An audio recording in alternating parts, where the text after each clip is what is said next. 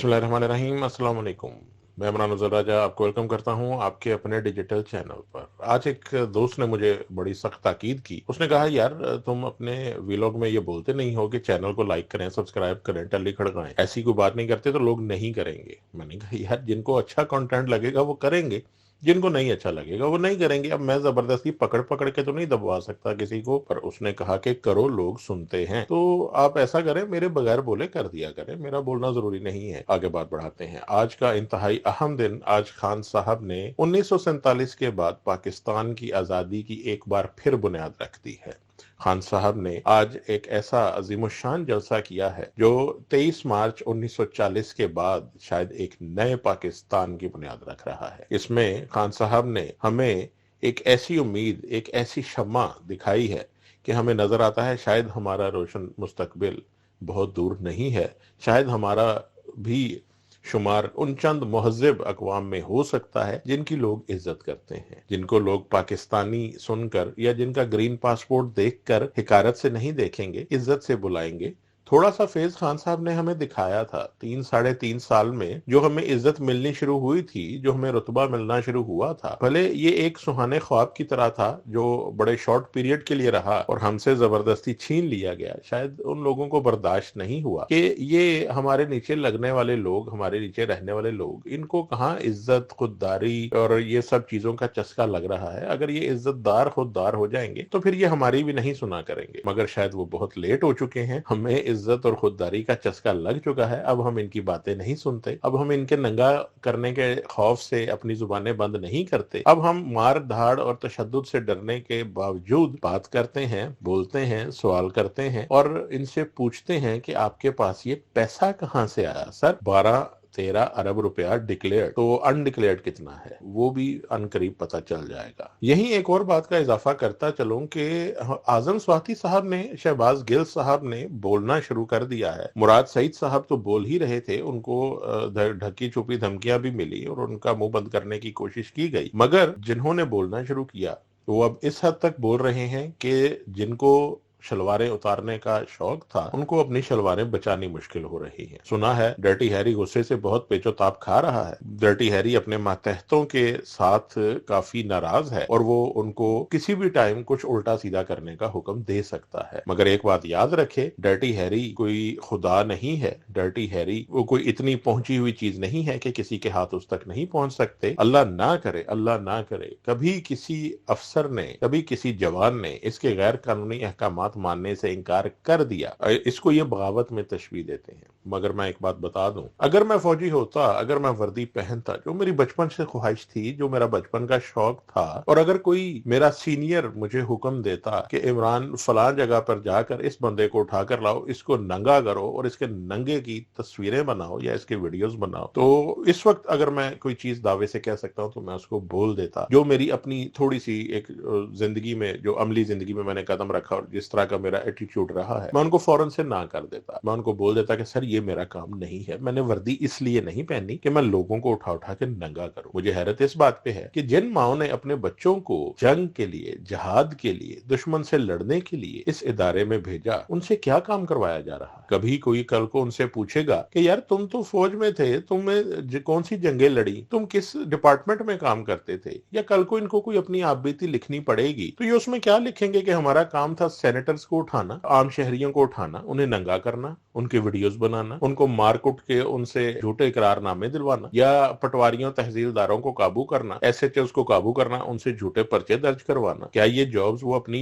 आपबीती में लिख सकेंगे? क्या इस जॉब पे इनको कोई मेडल्स मिलते हैं? सवालात की लिस्ट बड़ी तवील है।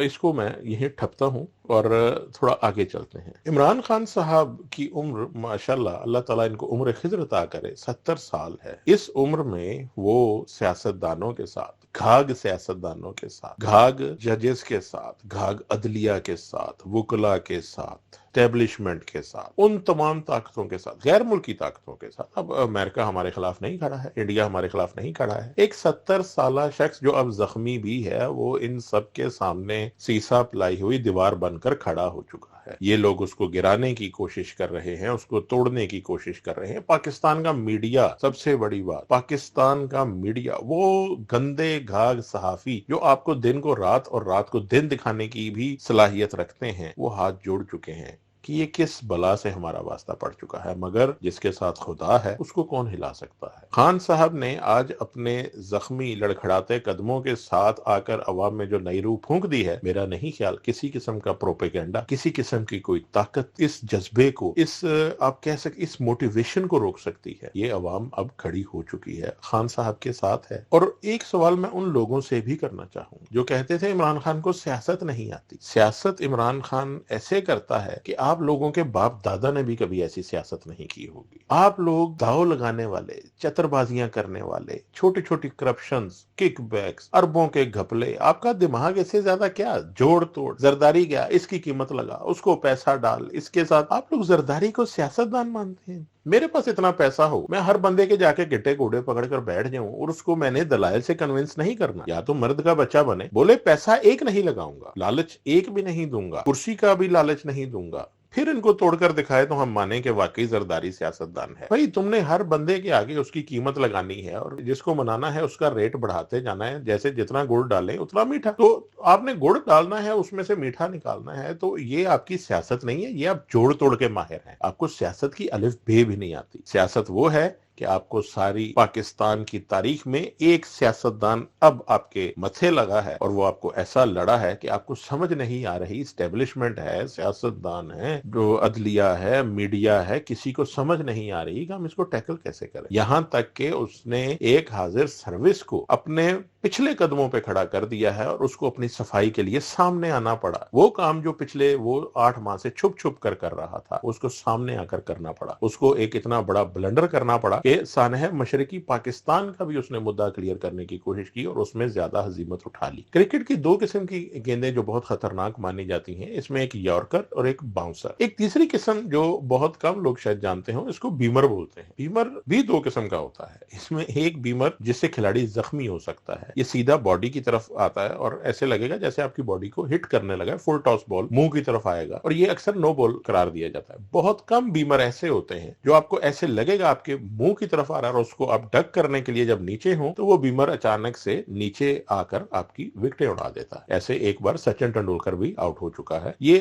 شاذ و نادر اس طرح کی گیند کروائی جاتی ہے جس سے بیٹسمین اتنا کنفیوز ہو جائے. خان صاحب نے آج ایک بیمر کروا دیا ہے. یہ لوگ سوچ رہے تھے خان صاحب آئیں گے, اب اتنی بڑی کال دے دی, اس کے کچھ چارہ نہیں. دھرنے کی خان صاحب کی صحت نہیں تھی کہ وہ دھرنا دے کر بیٹھ جاتے, اور اسلام آباد کی طرف آتے تو رانا ثنا نے کچھ بے شرمیاں اور بغیرتیاں تیار کر رکھی تھی. باجوے کے جانے کے ابھی 2 دن باقی ہیں, اس کے بھی ذہن میں تھا کہ یہ جتنا میرا وٹ ان کے اوپر میں نے نکالنا ہے, یہ 2 دن میں اعظم سواتی صاحب نے جو اس کی ہے اور شہباز گل صاحب نے جو اس کی کر رہے ہیں, تو میں ذرا اپنے وٹ شٹ ان کے اوپر نکال کر جاؤں گا. تو یہ اسلام آباد میں تیار بیٹھے تھے. ان کے وہم و گمان میں بھی نہیں تھا کہ خان صاحب ایک ایسا بیمر کروا دیں گے جس کو ان کے ڈک کرنے پر وکٹیں اڑ جائیں گی. اس کی ایک اور چیز میں آپ کو بتا دوں کہ میڈیا کا جو سب سے بڑا پروپیگنڈا ہونا تھا خان صاحب کے اعلان کے بعد, کہ ان لوگوں نے 5-7 دن اسی چیز پر شور کرنا تھا کہ جی پرویز الہی صاحب نہیں مانیں گے. پنجاب اسمبلی اگر آپ نے تحلیل کرنی ہے یا پنجاب سے استعفے دینے ہیں تو پرویز الہی صاحب ان کے سب سے بڑے راستے کی رکاوٹ ہوں گے. ٹھیک 5 منٹ کے بعد مونس الہی صاحب کا باؤنسر آ گیا اور انہوں نے کہہ دیا کہ عمران خان صاحب جب آرڈر دیں گے فوراً اس کی چند منٹوں میں تکمیل کر دی جائے گی. مطلب کہ شور ہونے سے پہلے ہی اس شور کا گلا دبا دیا گیا. لہذا ویٹ یہ کرتے ہیں کہ ڈرٹی ہیری کی اور اس کے باسز کی اگلی چال کیا ہے. یہاں پر میرا نہیں خیال اتنی خوش فہمی ہونی چاہیے, تھوڑی بہت بینیفٹ آف ڈاؤٹ بھی دینا چاہیے. نئے آرمی چیف صاحب میرا نہیں خیال کہ اس سارے بکھیڑے میں اپنا کوئی لچ تلنے کی کوشش کریں گے, کیونکہ اگر وہ اس چیز میں لچ تلیں گے تو جو چیزیں باجوہ کی آخرت میں سامنے آ رہی ہیں, آخرت وہ یوم حساب والا نہیں, اس کے مطلب ہے کہ دفعہ دور جو ان इनके निकलने से पहले किक आउट नहीं बोलते मेरे ख्याल रिटायरमेंट से, हाँ रिटायरमेंट सही लफ्ज है, किक आउट भी नहीं बोलते इसको। रिटायरमेंट से पहले जो बाजवा साहब की करनियां उनके सामने आ रही हैं, तो ये ना हो जो नए आ रहे हैं उनके स्टार्ट से ही उनकी करनियां उनके गले पड़ जाएं, तो अगले 3 साल फिर उन्होंने ओखे सोखे कढ़ने हैं। लिहाजा उनको एहतियात करनी चाहिए कि ऐसा कोई भोंडा इल्जाम या ऐसा कोई भी गलत इकदाम उनके गले ना पड़ जाए। ये डर्टी हैरियों जैसे आते जाते रहेंगे। वैसे मैंने सुना है, अपना आदिल राजा साहब भी जिक्र कर रहे थे कि डर्टी हैरी